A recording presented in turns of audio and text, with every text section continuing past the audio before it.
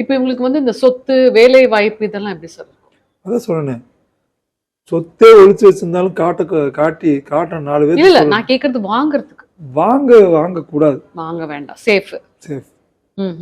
வேலை வாய்ப்பெல்லாம் ஓரளவுக்கு இருந்த வேலையை கம்முன்னு இருக்கணும். நான் எழுதி நான் வந்து தூக்கி போட்டு நான் இன்னொரு வேலை பிடிச்சி காட்டுறேன்லாம் சொல்லக்கூடாது. ஜூன் ஜூலை வரைக்கும் இவங்களுக்கு சாதகமாக இருக்கும். ஜூன் ஜூலை ஆகஸ்டெல்லாம் இவங்களுக்கு சாதகமாக இல்லை. அதனால் ஐடியில் வேலை பார்க்கவங்க, நோட்டீஸ் கொடுக்கவங்க, வெளிநாட்டில் வேலை பார்க்கக்கூடியவங்களுக்கெல்லாம் இப்போவே நோட்டீஸ் வந்துட்டு இருக்கும். அதனால் ஆயில் சம்மந்தப்பட்டவங்களுக்கு மட்டும்தான் கொஞ்சம் 80லேருந்து 85 வயசு அவங்களுக்கு மட்டும்தான் சிக்கல். மற்றவங்களுக்கெல்லாம் படிப்பு சம்மந்தப்பட்டவங்களுக்கெல்லாம், கல்வி சம்மந்தப்பட்டவங்களுக்கெல்லாம் சிக்கல் இல்லை. ஸோ துலாம் ராசி நேயர்களுக்கு வந்து கொஞ்சம் நிதானம் அண்ட் கவனம் இருந்தால் கொஞ்சம் ஓரளவுக்கு தப்பிக்கலாமா சார்? பதவி நாசமாகும். கண்டிப்பாா வேலை வாய்ப்போ இல்லை பதவியோ நாசமாகும். பதவிக்காக சண்டை கட்டுவாங்க. எலெக்ஷனை ஜெயிச்சு பதவி கொடுக்க மாட்டாங்க.